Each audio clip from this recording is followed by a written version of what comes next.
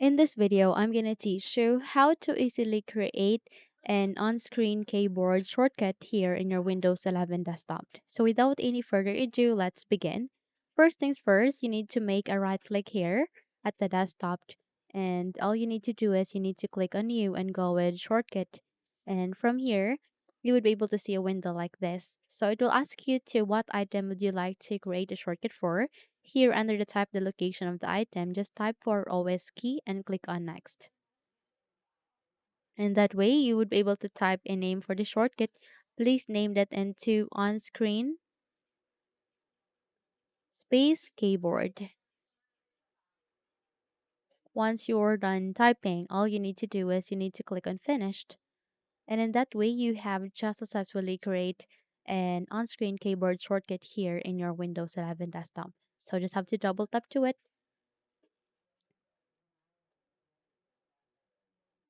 and see you have just successfully enable the on-screen keyboard since you can use that here using the shortcut that you have just created. So just have to type for settings to test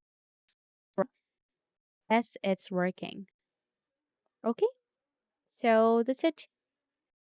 Now close this window and you're good to go.